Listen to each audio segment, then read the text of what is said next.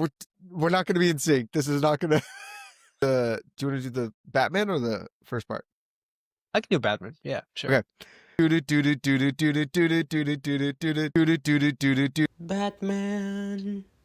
Well, hello, everybody, and welcome to Novels and Nightcaps, a podcast where we read, we drink, and we ramble. My name is Gabe. And I'm Nor.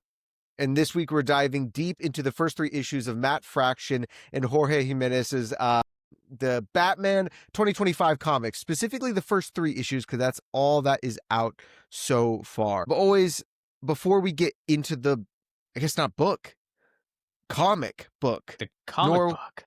What are you drinking?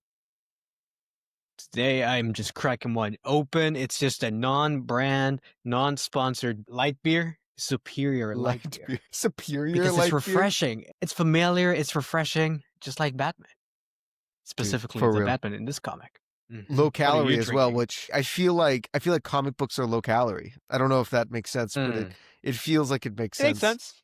Yeah, it makes sense to me. I'm drinking a Bruce Wayne, and I made an iced pour over. It's 2 ounces of bourbon as well as a bourbon infused maple syrup. So shook it up, poured it over a big old ice cube, and made this beautiful creation. I saw it on the internet, so I don't think it's official. It was just a random Reddit post, and I was like, that looks nice. So that's what I made today in honor of Batman. This is my Batman beverage, you could call it. And I gotta say, it's surprisingly good. I mean, I love coffee. I'm not sure if I've talked about my love for coffee yet on this podcast, but I love coffee a lot. It is one of my great passions, and I was skeptical with this. I've never been a big alcohol and coffee mixing together, with the exception of the espresso martini. Even then, it's still not my favorite, but this is quite tasty. The bourbon infused maple syrup really, really adds to it. It's a very complex flavor profile that plays well together. So to that Reddit user that I stole this from, thank you. I appreciate it. You did a good job. But as we always, are talking Reddit about saving the day. Yeah, honestly. We're talking about Batman. And Nor, can you tell us a little bit of, first of all, your comic book experience? Because as to this point, we haven't really talked about any comics. We've stuck to novels, which is important because we're Novels and Nightcaps. And we're expanding what our area of expertise is, because we're going into comic books, baby. We're expanding. So Nor, what is your actual experience with comic books? Because I think that you have a lot more than I do. Yes, comic books have been a part of my life, pretty much since I was born. My grandparents lived right across the street from me, and I would go there all the time. And my uncle's bedroom was just filled with comic books, from the 60s onwards, 60s to 90s. So growing up, I would just flip through those books. And yeah, my childhood was just superheroes. Batman, the X-Men, Fantastic Four, Spider-Man, Justice League. So very, not necessarily the most knowledgeable about comic books, but I'm well versed and I enjoy them, and they have definitely made a huge impact on my life. Any chance I get to talk about comic books or superheroes, I'm game. Yeah, man. Funnily enough, my first experience with comic books was not actually reading any superhero comics. I watched tons of YouTube videos as a kid on comic books and on the storylines. And maybe it's just because it was hard to obtain said comic books for me. But my first comic book series I read was The Walking Dead. It's just a wild thing to pick up in middle school. But I went out and bought the massive, the collection of it, and just crushed the entire series. And then I actually, don't come after me, I pirated via Google Drive the last half of the comics. And so I didn't know what I was doing. I think I got a virus on my dad's computer. Sorry, Dad, about that. But I had it downloaded onto the Google Drive and had to open it up in Drive in order to read my comic books, which was ridiculous. But from there, I've read The Killing Joke and the Infinity War saga. But with comics, my experience with superhero comics is a lot more limited. I was a lot more into the actual information rather than the sitting down and reading them, which after reading these 3 issues, I gotta say, I've been missing out. This is sick. This is pretty cool. Nor, can you give a rundown, since you're the one that recommended this and you were reading it before we even considered doing this episode. What is the kind of general rundown? And because it's only 3 issues, we're not going to really do like a spoiler free section because the story hasn't ended. So, I mean, there's not much to really spoil beyond the first 3 issues. And so give a quick rundown about what the story is about, what's been happening, where are we at, who is this Batman? Yes. And so yeah, fair warning, if you haven't read the first 3 issues, this is gonna be spoiler review and discussion of the first 3 issues of Batman 2025. It's very simple. I'm not entirely sure continuity wise if it's like a different universe or if it's just a continuation of the previous ones. Comic books are kind of weird that way. It's really hard to keep track of that type of thing. All I know, it's a fresh start. The characters are already well established in this world. Alfred is gone. He's dead. He's been dead for a couple years, I believe, which is kind of a bummer. But he's He gone. has like a hologram, doesn't he? So it's not a hologram. It's his memory of him, like basically a ghost. Okay. It's his That's so imagination. concerning. Gotcha. Yeah. He's really important though. Like Well, Batman's very troubled. bro, he's definitely a force ghost for Yeah. sure. Yeah. No, I totally thought he was a hologram at first, but turns out he's not. But yeah, no, it's a fresh start, and you have here a Batman that is more or less disillusioned with the way things have been going on. He keeps fighting crime, he keeps stopping all these villains, he sends them to Arkham so they can get better, and they just keep coming back. And he doesn't really believe that people can change. He's losing hope. Whatever hope he had, he's losing that slowly but surely. And so here we have a sort of disillusioned Bruce Wayne, disillusioned Batman. He's taking care of Damian, his son. He's taking care of Tim Drake. Tim is the Robin here. All these Arkham villains are sort of getting out, and he keeps trying to like deal with that, trying to put them back to Arkham so they can get the treatment they deserve. But it just doesn't seem to be working out. And then on top of that, his usual allies like Jim Gordon and Harvey Bullock, they're not a part of the GCPD anymore. Jim Gordon has been demoted to Yeah. officer, right? He's a And he's now a beat Vandal cop. Yeah, he's on the Savage, street. Oh my God. yeah, he's doing traffic stuff. And the commissioner of Gotham right now is Vandal Savage, which he is a notorious villain in the DC universe.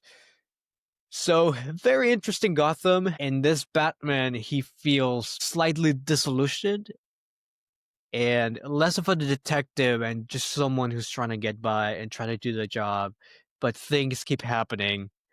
And so he's having to deal with that as it kind of happens. And I like what that's you said how the about the whole like detective angle, because in an interview in August with Matt Fraction, that was one of the things he wanted to hammer home, was that this run is a more superhero forward take on Batman. That it's not that he's not a detective, but he's, in his words, the world's greatest super detective, solving the world's greatest super crimes.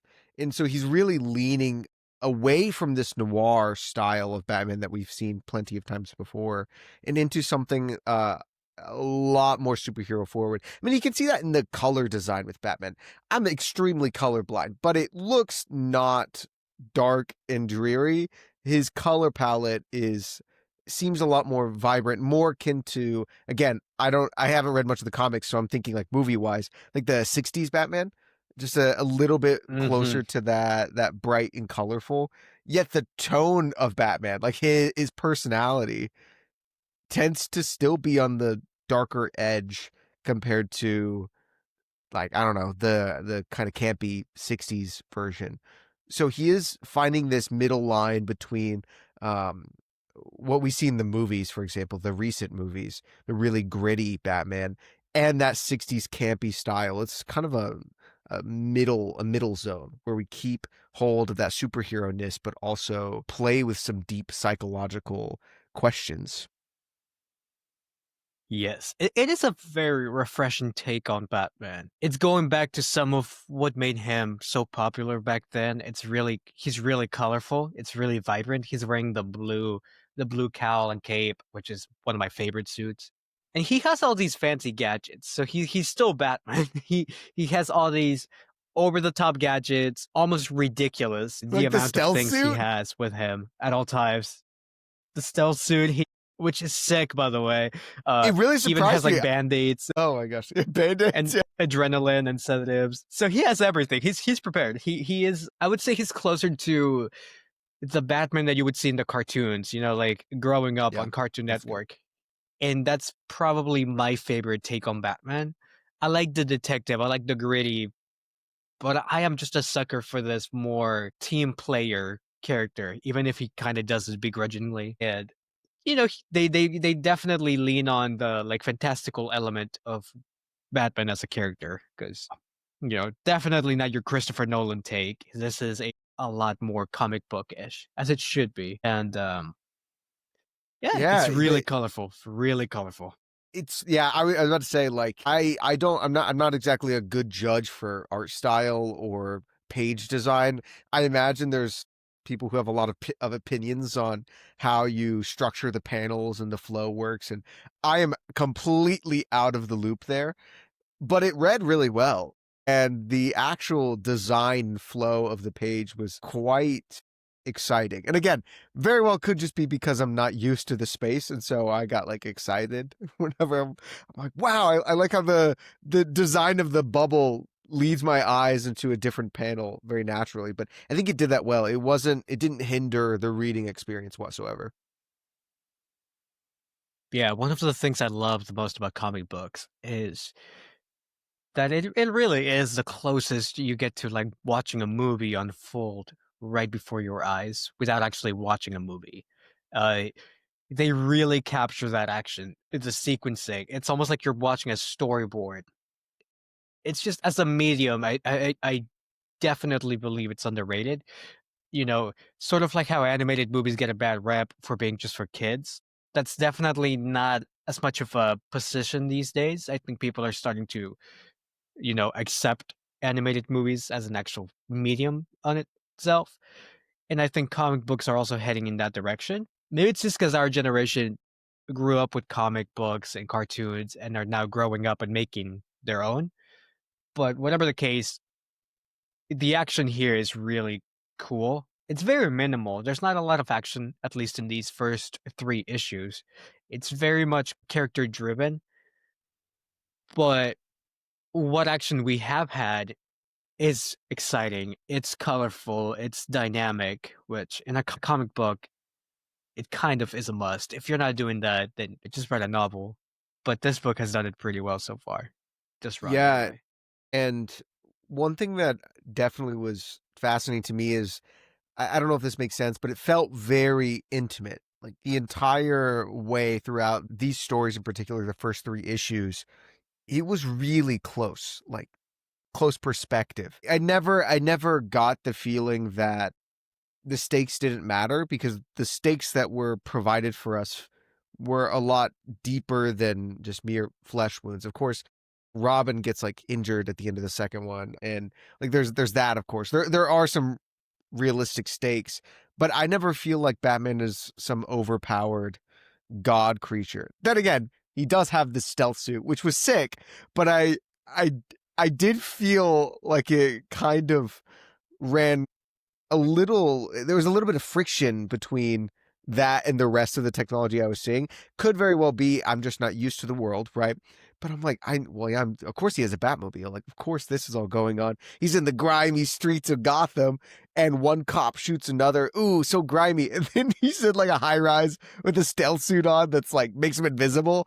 And it was sick, but it felt like a big leap in the technological scale that I didn't expect or see in the other parts of the storyline. So I don't know. What did you think about that? Did that catch you off guard, or were you like, naturally, yeah, he's invisible? I go with it. I feel like now that you're reading these comics, I feel like you get an idea of the things that I kind of vibe with a lot. Like I am all in for that. Like, yeah, of course he has a high tech suit. Like, why wouldn't he? He's the Batman. He's the He has Batman. everything. He has everything. He has lollipops in his utility belt. Like, he's that guy. If any character in fiction gets to have a stealth suit and have that leap in technology, it That's has to fair. be Batman. That's a Um, good point. I wouldn't say it's too far fetched. It definitely fits the realm of the comics, unless it's supposed to be a really gritty story, which you'll know it when you read that type of story. Um, but yeah, I think as you move forward with this run, you're gonna see a lot of not necessarily leaps, but you definitely have to suspend your disbelief when it comes to comic books, when it comes to Batman, DC in general. They like to really play around with everything they have, which is a Yeah, I lot. mean, It's really it didn't exciting. like detract from my reading. It wasn't like a. I didn't really think about it in the moment. It was more so I was thinking about it after preparing for the podcast. I went, he has a stealth suit. Wait a second. I don't know if there was any sort of technology at any other part of the, but I guess there kind of is with the helmet, the crown, right? Which I feel like we got to talk about because that's fascinating stuff. This psychological crown that can make you not afraid, and it's like the fear that causes the trauma, and it's about really like easing your mind, right? It's about gaining control over yourself, and I that was just an Yes. interesting concept. I was curious if you had any more input, Mr. Psychology over here. That's your name, by the way. You're Mr. Psychology. Yeah. Mr. Psychology, that's my name. I like it. I like it, Mr. History. Thank you. So yeah, just for reference, just to frame the conversation, in issue number 3, Batman has to go. He goes to Arkham, right? I believe it's Arkham. Arkham Tower. It's not the asylum. It's Yeah. a tower Yeah.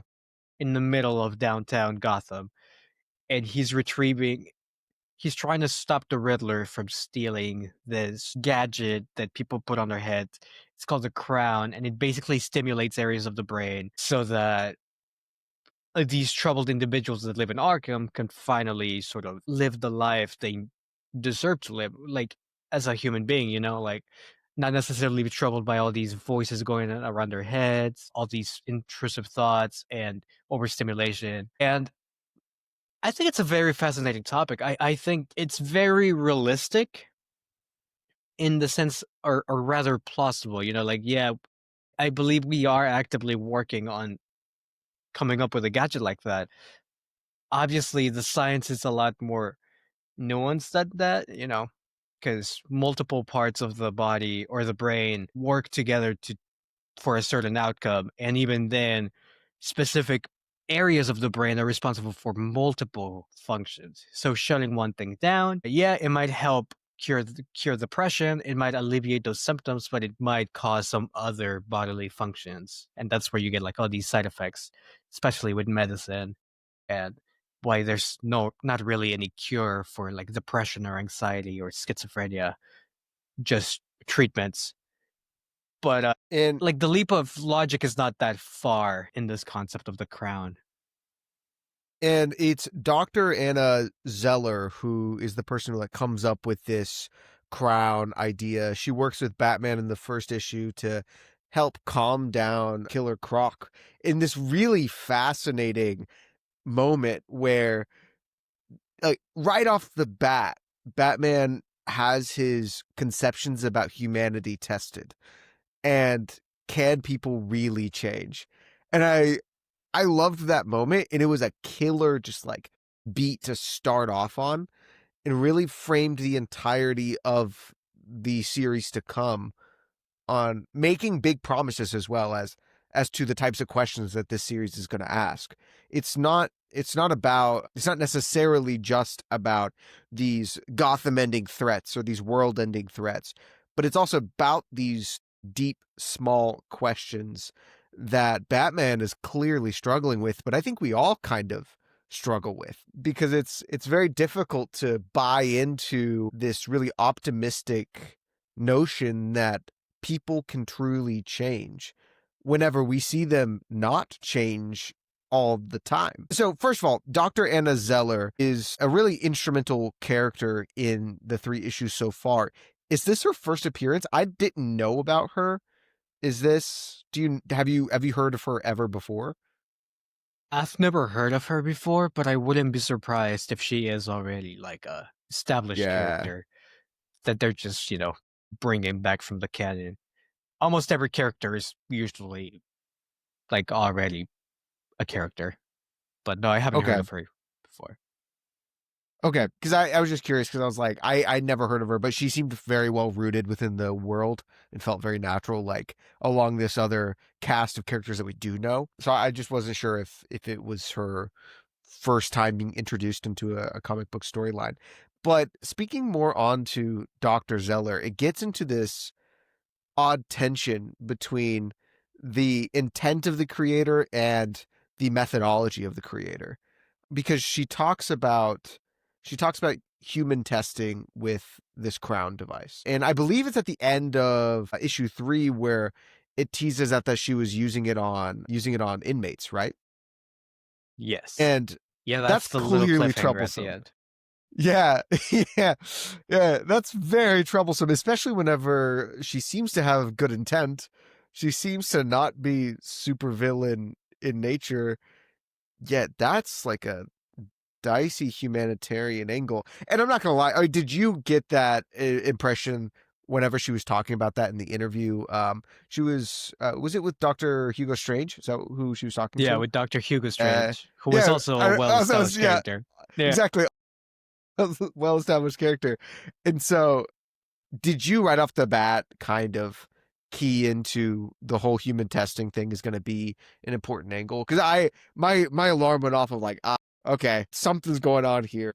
But yeah, what do you think about this whole situation? How do you think methodology and intent interplay in scientific advancement? Well, it is like very strictly a violation of the ethics code. They need, from what I remember, especially with like inmates and like people with disabilities that are in like an asylum, like the people that would be in Arkham Asylum, you would need their consent or assent. Yeah, you would need their assent and you would need their guardian's consent. So, and I highly doubt that they're gonna go that route. I'm pretty sure that Zeller's just doing it without their consent in general. And I think like, with World War II and everything that happened there, the code of ethics exists for a reason, So I guess like yeah. this is more into a question of like how do they interplay and do the ends justify the means ever? Because this would be an insane advancement, right? To be able to produce a crown that can cure depression, one of the largest afflictions to modern society. To come up with a true fix for something like that would be groundbreaking and revolutionary. Um, and this is not me taking a stance, but like, at what point is a little human testing on criminals justified, especially on people like the Riddler or like the Joker, for example, or Killer Croc? Like, at what point to yeah, are you tracking here? Because I think it gets a lot more complicated whenever you try and distance yourself from a like code of ethics and dig deep into your personal code of ethics. I mean, me personally, I believe it is the individual's choice to want to change and to like undergo a treatment that could possibly change them. But in the DC universe, and I'm sure to a great extent, the real world, you have things like the Suicide Squad, where like all these inmates, against their will, are forced to fight and do all these Black Ops missions. Yeah, they get freedom. They get their sentence lessened by helping out, but they don't really have a choice. So it's a big theme in the DC universe to have like all these sort of government agencies and scientific faculties basically neglect these criminals' rights and just kind of forcing them to do things for the greater good. It's always for the greater good, but it's never actually for the greater good. It's for the interest of the scientific community or the government or whoever's funding the project. Yeah, it's I mean it's a big question, and I'm not entirely sure how to answer it. I feel like It's a big one. It's a big one. one day we're gonna need a compilation of you just like, that's a really big question. No, I mean, I agree with you. Like, I'm not a utilitarian. I don't believe that the ends can justify the means, and that the as long as the total good outweighs the suffering, and it's, you know, a net positive, that makes it morally okay. I don't believe that. However, I do think that a formal code of ethics has its limits in actually its enforceability, and you see that in Yes. the DC comics, right? Like, in exactly what it's saying. Whenever the people who are supposed to be enforcing these laws, the people who are supposed to be enforcing this code of ethics, or this international understanding of how we treat individuals, whenever they start not abiding by those rules for their own gain, that's where we get into trouble. And I do agree. That's a really good angle to look at it, because I do wonder how much of a crossover there is between, I lost her name, I forgot it, Dr. Zeller? Zeller?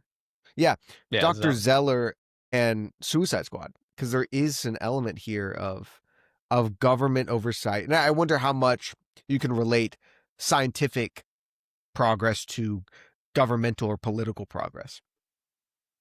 Yeah, I mean, I think it all boils down ultimately to like anything man-made is inherently susceptible to like man-made vices like corruption and greed and the ends justifying the means and all that stuff.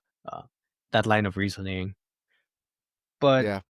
I have a feeling Zeller does have like the right intentions. She's not necessarily just doing it for like ulterior motives. No, I agree. Which makes I the agree. which makes the, like, issue a lot more dramatic and a lot more tense because it's still not necessarily right. Yeah.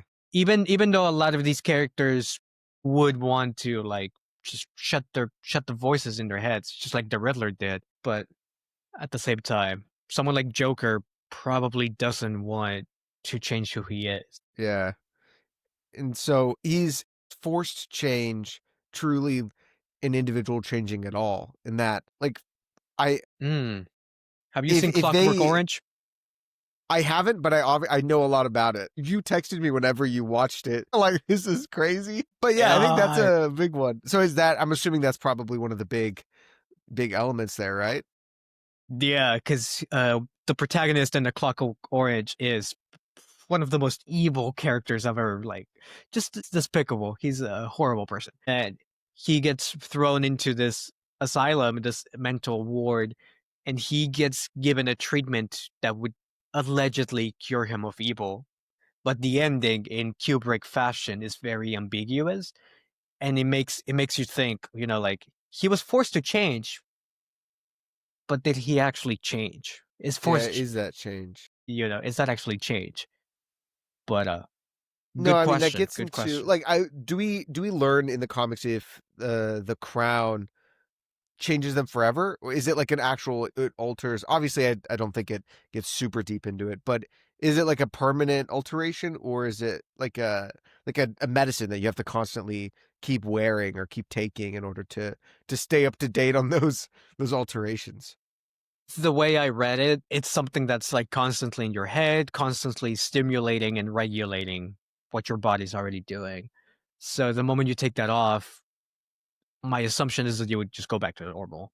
Yeah, so Unless, that's I not guess your change, brain kind of baby. adapts to the new normal. It's not Well, I change, mean, it's like, just forced regulation. I don't know if this is controversial, but I think we should talk about it anyways. There's a lot of parallels here to medication, medically, like, dealing with things like anxiety or depression, because obviously there are situations that need such medication, right? Obviously, but is that true? Are you truly addressing the problem if you are, like, relying on said medication in order to get through your day-to-day life? And I'm sure that it's obviously quite nuanced of saying, number one, there are situations that are extremely serious, that, like, if you're suicidal, obviously take medicine in order to not be that way. Like, that seems like an obvious choice. But it is pretty complicated. I don't know. This is a lot more your angle. So I'd love your thoughts on this, because I imagine this is probably a controversial topic that I'm diving into, but I think it's worth talking about given what the comic is addressing, and if that's the case, and if that's a direction they're going. Yeah, I mean that's got to be one of the biggest like questions like we asked in my classes. Is there an answer? Maybe. I think ultimately it boils down to like your philosophy. The general idea, again, it's just general, and there's exceptions, and there's way too many like mental disorders and problems and symptoms to like generalize into one pill or like one size fits all type of rule. But drugs sort of provide a short-term relief. They don't necessarily prevent or stop the problem at its root. Oftentimes, it is like changing your behaviors, changing your attitudes, changing your environment that actually leads to sustainable change in the future. Okay, that's a good There's a point. lot of exceptions, though. There's a lot of Yeah, and there's a lot of like specific categories. Like schizophrenia is not necessarily the same as depression. They're completely different yeah, things. But depression and anxiety, at least, if it's really severe, something like medication is very helpful. At the end of the day, it is up to the person with the afflicted person. It is up to them. They have the choice, the responsibility, and the choice and the right to decide, what kind of treatment they want, which I yeah. think is why my stance with the criminals is, like, yeah, Zeller might have good intentions, but at the end of the day, the criminals are the ones who, they still should be consenting to all of this. But, Do you I? know, I don't actually know the case. You might have the answer here. For people who are like forcibly placed into, I don't think they call them asylums, institutions, right? Like, institutions, yeah. So are they forced to take medications? Do you know? I only know the historical thing of, yes, they were, very much so, and the conditions were awful. But I don't know about today. I don't know how it works today. Patients forced to take medications. I know a lot of it has to do with like you can check yourself in and out, but I imagine that also it depends on if you're a minor or not. I assume that like a lot of times for minors they can be put in by their parents. I don't know how it works. from the one class where we talked about it, from what I remember, that population is really tricky legally and Yeah. ethically. I believe people who are like really suicidal, I believe, yes, they will at times just kind of make the executive decision of like, hey, you need to like, we need to sedate this individual right now before he or she or they threaten their life. Okay. But generally they consent is ideal. And if not consent, then assent. I might be completely misremembering Okay. the word, but What assent is essentially assent? means, yeah. Unless I am completely off and I'm using the wrong word, assent means uh, essentially like pseudo consent, like a child. They can't necessarily give their consent, but you are explaining what they're gonna do. You are explaining what you're gonna do to the child or what you're gonna do to the individual with the disability, and they have to be okay with it. Like you still need consent from the parent or guardian or whatever, but it's Like essentially, caretaker. yeah, making sure you're not like throwing them into the like wolves, like you're giving them a heads up, making sure that they're okay with it. If they're very clearly distraught about the idea or against it, then, you still need to go to the parent and guardian. They ultimately have the say. But you can't just like take the child and give them the pills. this this conversation reminds me of, this might be kind of this might be kind of interesting, but first of all, whenever you're talking about how medication can be like a step to actual realistic change, it makes me think about like, if you're extremely depressed or extremely anxious, it's difficult to see a way out of the situation, and it's the medication that can give you that step stool up to figure out how to get out of that hole in the first place, which like makes sense to me. So I can see that. I am also constantly thinking about Have you read Brave New World? Do you like the happy pill in Yes, Brave New yes. World? Yeah, I I've love been thinking raping the about world. that as well Yes, the with happy pill. this crown concept of if you have something that can take away all of your afflictions and all of the problems, what does that actually mean? If you're able to put on a crown that gives you this euphoric happiness, how does that change what it means to be human and to experience the world? Because I mean, one of the really, really famous quotes is that to be human is to suffer.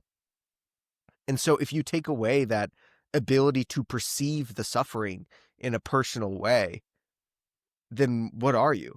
And I'm not exactly saying that this crown situation is literally taking away your ability to suffer, but it is a step closer in that direction of taking away the impurities that make us who we are, those struggles that make us. So I don't know. Do you see a connection there, or do you think those are completely different conversations and topics? No, I see the connection. I think it's related. I don't think they're gonna go that far in this comic issue, especially because they have all these other like plot lines that are starting to happen. But it is a really good question, and it's a fascinating one. And at least the way I see it, if you're not growing, you're not necessarily living anymore.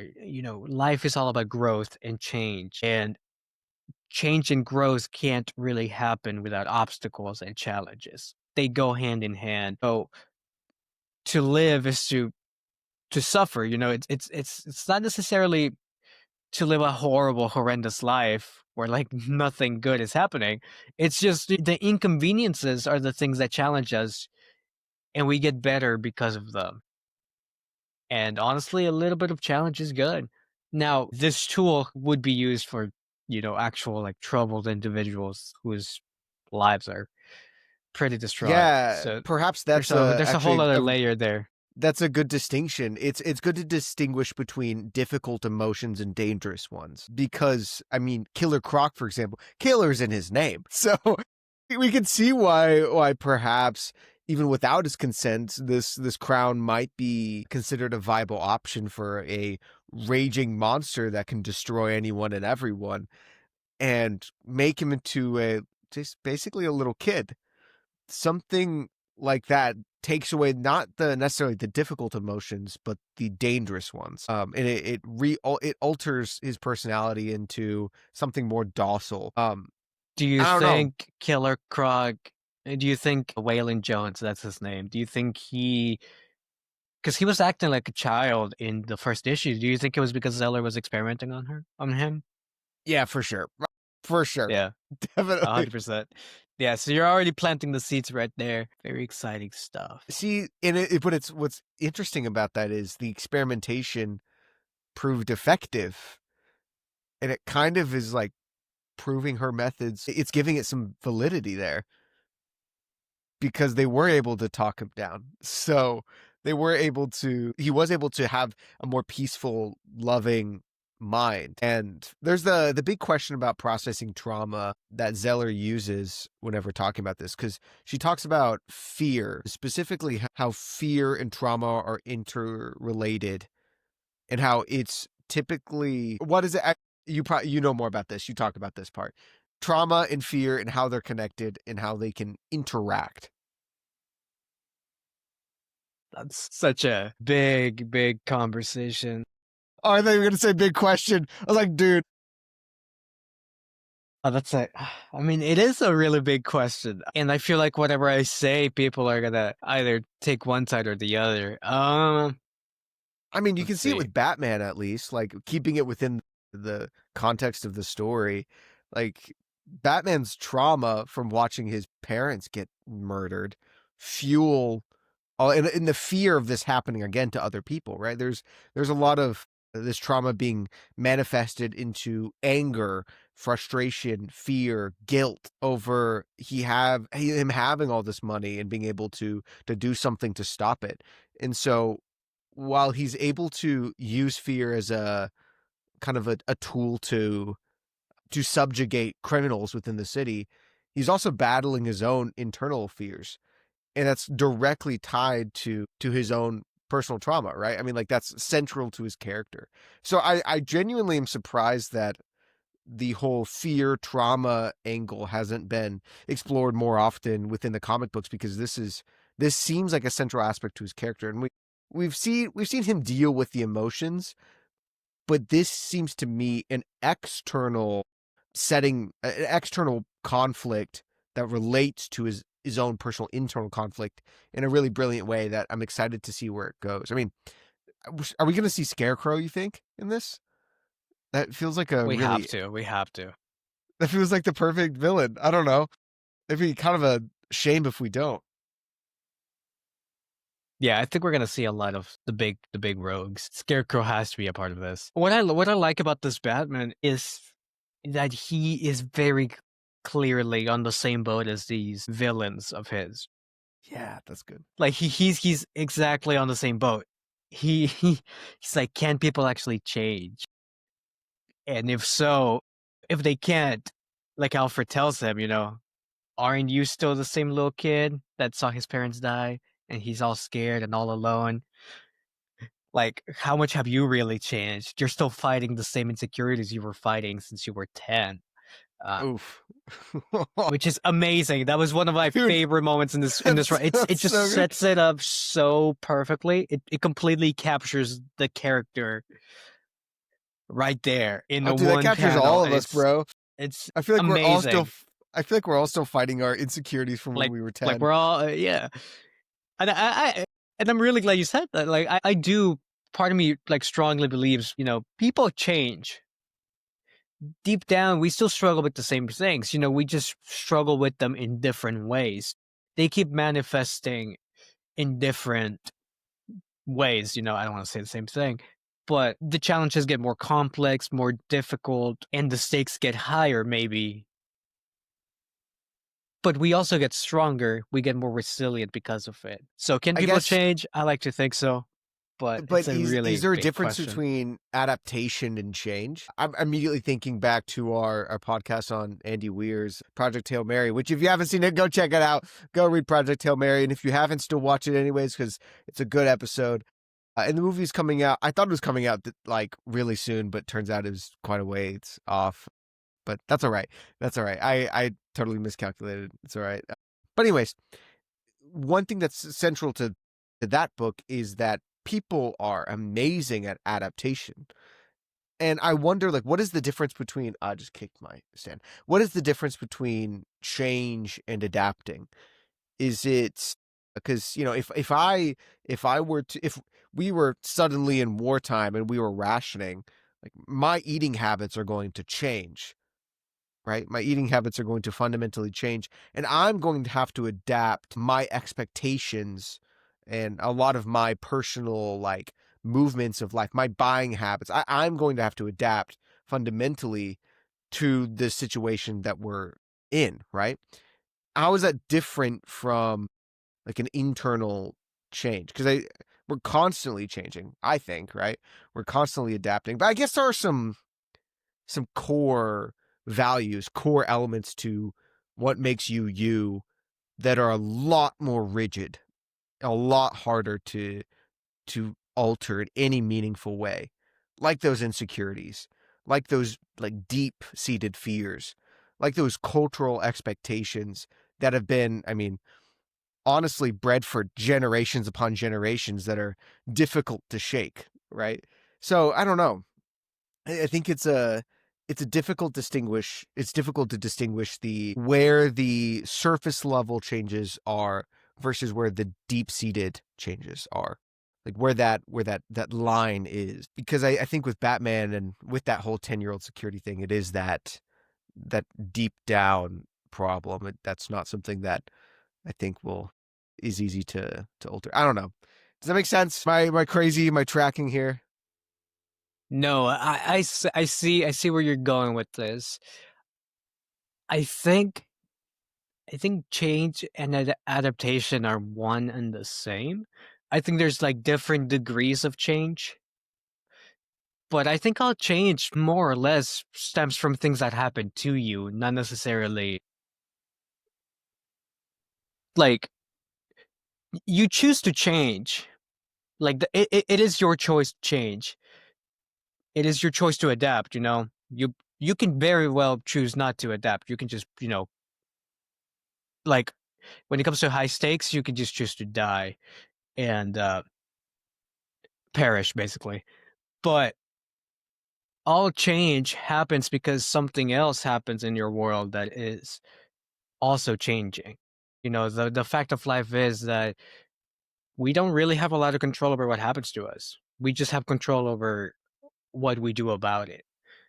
And so, yes, we adapt to these things. And I feel like it has a not necessarily negative connotation, but if it has a passive connotation where it makes it sound like you're just changing because you have to. And it makes it sound as if you don't really have a choice, but ultimately it is your choice. It's a big question. I keep trying to No, like I figure it out myself, but that's the way I kind of think about it. there's this book that I recently read because I feel like that's all that I do right now, being in grad school. It's called Violence as a Generative Force. It's not fully related to what we're talking about here, but there's an element that can add something useful to this conversation. The book is about mass killings in Northwest Bosnia and Croatia during 1940s, so during World War II. There was like huge conflict between neighbors and where they huge mass killings. But the main crux of the book talks about how it's through this massive violence that new communities are created. And so it adds this, honestly, this broader idea that violence is destructive. It is something that tears down. It causes that trauma. It does all of that, but it also creates. I guess it creates the trauma. It also is a creating force.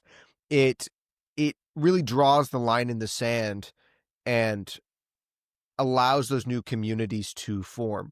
It allows the other to be otherized and allows your friends to be truly your friends. It can bond you to people who also experience said violence, but also can bind the people who do the violence. So that's how you have gangs become so tight, so tightly formed because they commit these crimes together, and it's almost as like an act of initiation where they're creating this bond or trauma bonding, right? People experiencing this traumatic event all together, the violence creates a community, which is very counter to our traditional conception of, I mean, obviously our negative conception of violence. I think though that is relevant here as well because violence creates change. It creates this fundamental deep-seated change. And I wonder if there's something different about violence compared to other things. Like is it now this is a really stark contrast just to push the point further. Is Bruce Wayne seeing his parents get shot? Does that have the same change as getting bullied in like middle school? Are they equivalent? Can they have the same effect? Or is there something fundamentally different, or I should say verbal bullying to be clear, not physical? Is there something different about the intensity of like violence compared to like a different form like language? So I don't know. I don't have any answer for that question whatsoever. But I do wonder the impact of change. We're really going off the rails on this podcast. I'm sorry, Well, everybody. that's why I love superheroes. Yeah, you talk a lot about not superheroes when talking about superheroes. Mm-hmm. Maybe This is this is not the about joy of comics, superheroes. though. Mm-hmm. Yeah, maybe the joy of comics Big is that questions. there's If there's anything, this such little conversation, content. yeah, if anything, this conversation legitimizes comic books as an actual form of literature. Come on, guys. There's some Wow. big themes here. We're dissecting some really existential questions here that I can't even begin to answer. But that's a really good question. I mean, you were saying, like, the severity of violence and how some good can still come out of it, how villages can become closer than ever because of something so, destructive. I'm thinking, big scale, astronomical, the way the earth was created, big rocks smashing together, mass collision, and then you Yeah, have over the course of like millions and billions of years, a planet that can have life and can be as beautiful as this planet is, from a nature point of view. that's Humanity beautiful. in a nutshell, humanity is capable of so many horrible things, like, war and genocide, and yet we can still come together and do something beautiful. We can gather together. We can hold wakes for people that have fallen. We can riot, you know, and be like righteously indignant and angry at injustice and all that stuff. So, uh, phew, It's just like big Officer philosophical Gordon. questions. Just like Officer Gordon in Batman. Whenever Uh, he calls Batman, wanting to talk to him, wanting to get to the bottom of the injustice in the Gotham Police Department, in the GCPD, because there's machinations going on. There's machinations. I gotta say, I'm much more interested in the like.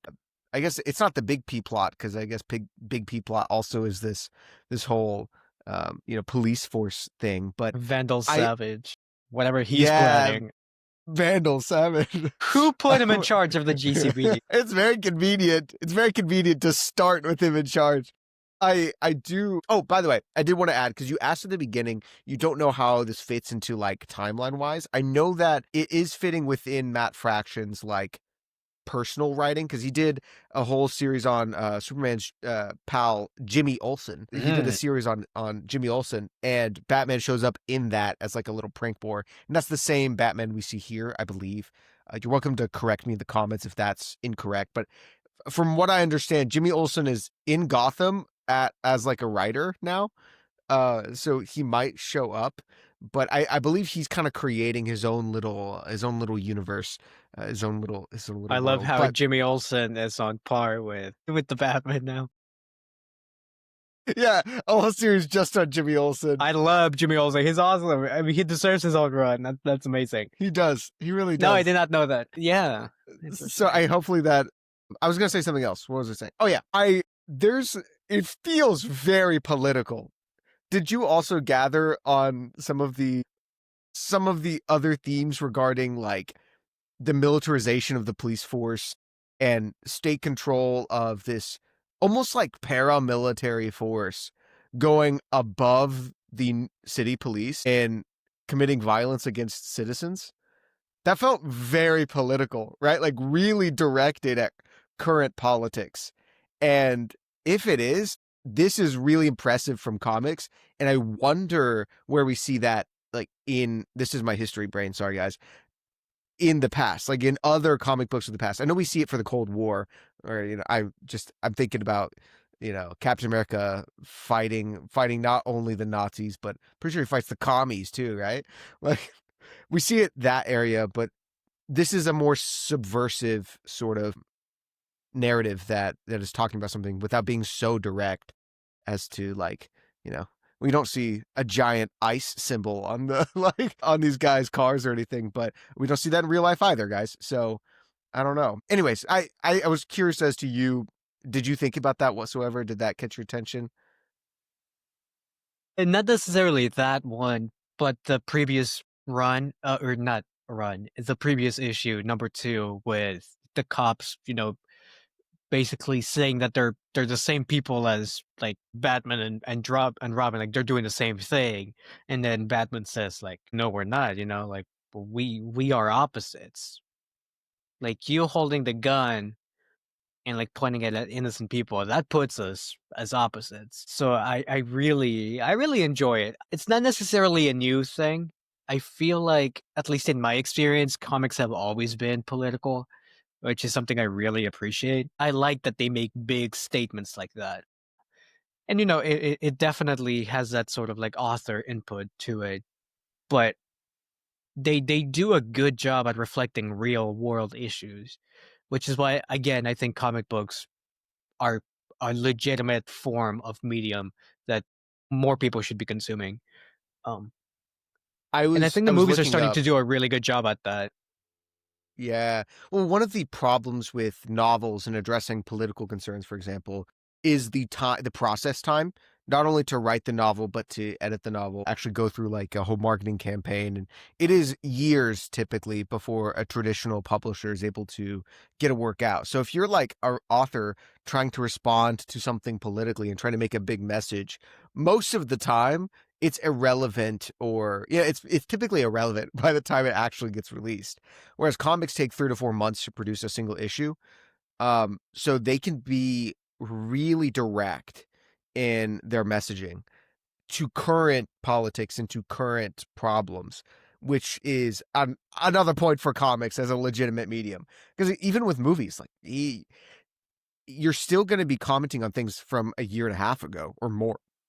Like the process time Yeah. it takes to create a serious film that gets millions of eyes on it takes a long time. So same with books, same with movies. Yet we still see fundamentally impactful political books and things, but those are more so like on issues that stem across, if not dozens, hundreds of years. I'm thinking like Uncle Tom's Cabin sort of thing. Yeah, But universal themes and, big yes, actual systematic issues that take yeah. Or forever they to get change. lucky. They get lucky and are saying something big, and it happens to come out at the perfect time to address a current thing that the author didn't initially intend to make his statement on. But yeah, pro tip for authors: always take accountability and say, "Yes, I absolutely meant for that to be the case." 100%, 100%, Yes, 100%. you're so right. I'm so thinking about the nuances of this. No, I've never really considered the short turnaround time for comics and how that can influence the types of stories that they tell. Do you know much about how comics are made or how they're written? Like, because I don't know anything about it. Do they write the storyline in advance, or is it like a comic by comic basis on how they write the story? I'm not entirely sure. I know, like, they have meetings to, like, plan out to, like, an arc and specific things that they wanna do. Like, I know, for instance, the Absolute Universe right now, which is very big.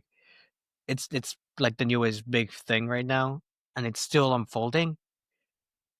They're still having meetings now about where they're gonna go ultimately, so I'm not entirely sure. I think it's something that they just are constantly working on as they go, but I wish I knew more about that. Yeah, I don't know. I know that, didn't you mention that back in the day people would like send in like letters to yeah, can you talk about that? Because that's interesting. I know this isn't current because obviously people are not sending letters anymore. They'll just like tweet at them or send an Instagram DM or whatever you do now. But back in the Yeah. day, yeah. So back in the day, back in the good old days, like from the 60s to the 90s at least, people would send, letters to the editors and whatnot, like giving input, basically like either glazing or like praising the book and the writer. Like, oh, you're so cool, thank you for doing this. Or, actually just sending in hate mail, basically hating specific choices. But I mean, all that to say, in the comic book industry, at least for a long time, and I'm sure it's still a thing now, just to a lesser extent, the fans have a pretty big say on some monumental things that happen. They do have some input as to what happens in the next issue. Maybe not the next issue, but a few issues from then.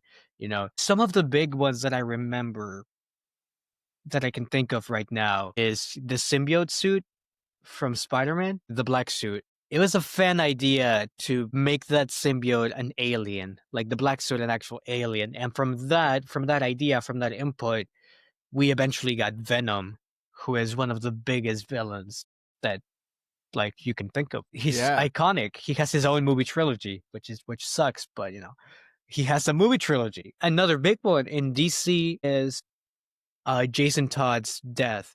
So that I remember reading about this. Like he gets captured by the Joker, and then at the end of the comic or whatever, DC, the writers leave it up to the fans to decide Jason's fate. And it was the fans that were like, let him die, like let Jason die. So the fans are responsible for Jason Todd's death. And to a greater extent, eventually down the line, because of that choice, we get really cool storylines like Under the Red Hood. We get the Red Hood Yeah. as a character. We get his story as a villain, as an anti-hero, and then as an actual hero, his redemption. And now he's such an iconic character that you don't really think of Jason Todd as Robin anymore. You think of him as the Red Hood, a very Yeah, we nuanced character, and you get that from a fan choice. That's crazy. We've started to see that more with like not only traditional publishing, but just authors in general, both for self-publishing and traditional publishing. Dungeon Crawler Carl, for example, Matt Dinneman's uber famous work that is like blown up, and it's really good. If you haven't read it, go check it out. It's really, really fantastic. So he has a Patreon, right? And he has people on his Patreon that kind of act as his alpha readers, that he'll write up a chapter for the book, for his new book, release the chapter, and fans will like via Patreon vote on what happens next.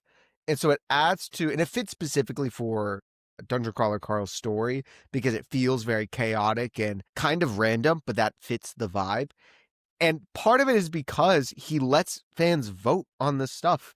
Like he lets fans vote on entire like essential aspects of the book, such as the setting, who survives, who dies. Like I'm pretty sure he sets out a poll to say like who's gonna die this book. People just vote and he has to make it work. And so he gets to keep some of the fun of writing by having to stay on his toes and figure out how to write around these obstacles and how to tell a good story within what the fans want.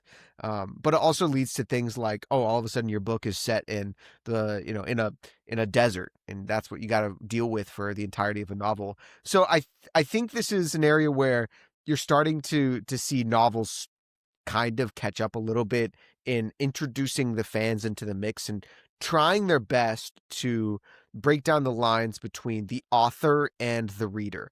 And comics have done a better job at this for the entirety of their run compared to long form novel content. I do think that comics have had a lot less distance between the creators and the reading base, whereas like novels are really trying hard to lessen that gap because there's a lot of people typically between the writer and the reader. And I don't know, that's really fascinating though.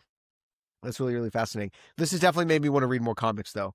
Not only this discussion, but the 3 issues that we read were um, really thoughtful, very insightful. A lot more than I expected, to be honest. I didn't expect to have this conversation whenever you recommended we read Batman a few weeks ago. But if you No, like this, that's what I love about comic books. hello? No, that was it.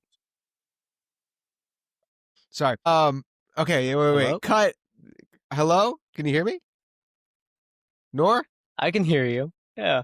You can hear me? Okay. Sorry. I Hello? don't know what happened. Hello? I can hear you. I can hear you. I can hear you. Okay, Yes. that was Yes. weird. That was weird. Okay. Anyways, we'll cut I back can hear in. you. All You right, figure cool. that out. You figure out when to cut. I'll clap really quick so you can see it We'll on the cut that. audio. That was, yeah, I don't know what happened. Anyways, where were we? What were we talking Big about? questions. I did the fact that we had this big conversation from something as like simple or seemingly simple as Batman. Yeah, I think that this honestly this is maybe a hot take. I'm not sure, but comic books are kind of a middle way between poetry and long form novels because they rely on very few words to say as much as they can. That's a constraint that comic books really have that novels don't suffer from. I don't know. I don't know if that tracks, if that makes sense, but poetry is as abstract as you can really get with trying to convey complex meanings in very few words. And then prose is a substantial jump away from that. Whereas comics obviously do that. There's of course the added visual element which matters a lot. So maybe it's like maybe it's just the middle way between prose, poetry, and art. Well, I guess it's all art.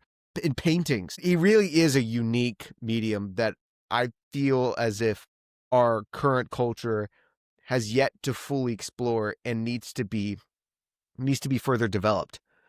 This also makes me really, really want to read some manga because I've never read any manga, and I feel as if manga is the current No, like massive success of comic books. Do you agree? Is that a hot take? I'm not sure if that's a hot take because I see manga a lot of other places. I don't see comics as much right now. Like it's a little bit on the back burner. I think you're right. I know that comics are like getting a lot more popular now, especially with the Absolute Universe, because that has been wildly successful right now. Uh, Like finding an issue of Absolute Batman #1 right now is very rare. At least to find it at like the regular price, it's gonna be a lot more expensive, even though it just came out like a year ago. For the longest time, I don't think that was happening. That used to be a big thing in the 60s and then the 90s, but then it just kind of tapered off. But I think manga is also really popular. It's probably more popular right now, I think. Yeah. It really messes with me that you have to read it backwards. It hurts my head. I'm a very linear man. I'm very much a You get used to it. You get used to it. But if you liked this content and you want us to read more things like comic books or even manga, or you have any particular recommendations, please leave it down below. If you want to hear more, like and subscribe. And if you have your own hot takes, again, leave a comment or send us an email at readdukeramble@gmail.com. Now, Nor, did you finish your drink? Did you finish it? Oh, you did? Is this the first time that we've both finished our drinks? Because here at Novels and Nightcaps, we finish our drinks. Thank you, everybody. Have a good night.